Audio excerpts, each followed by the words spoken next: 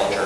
Can you talk to us a little bit more about how at Nordstrom you hire for culture, ensure that the people coming in the front door are already aligned with your culture, or if not, how you work through that process so that they align with your culture in the long term?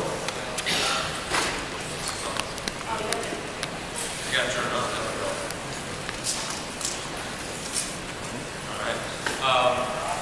I actually loved what Tony was talking about hiring for culture. I think we agree the challenge is how do you do that? I mean, you can have a series of questions and things, and it's kind of an exact science for those. I think the number one way you can address that is do everything in your power within the company four walls. That it's so strong culture that the culture literally could reject someone. I love this notion of pain because it costs more to hang on to someone character. But I think if you really work on what's the culture in the environment, if the person doing the hiring, the department manager, really is a shopkeeper, an entrepreneur, it's their business, it's their name on the door, and the standards in the department are everyone. So if it's a selling department, and if people are chewing gum and talking to their girlfriend on the phone or hanging out at the register, and when a new person comes in, they fall to that level. But if the expectations are here, I think it makes a big difference. So for us, I mean, culture is everything. It's the number one thing we have.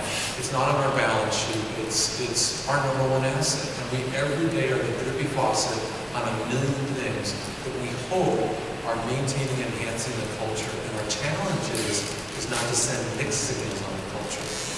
And it's really hard to do. And in the hiring process, it's hard. We're with human beings, and it's a diverse world out there.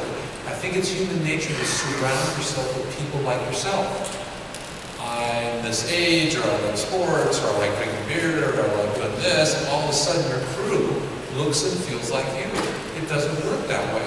You want an inclusive and diverse audience because together the outcomes are so much richer. I don't know if you would add to that.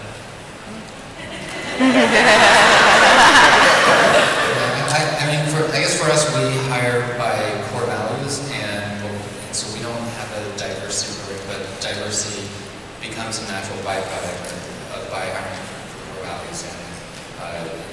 And I think part of that is, because we actually get asked the question sometimes, like if we're hiring by core values, do we wind up with people that are all the same?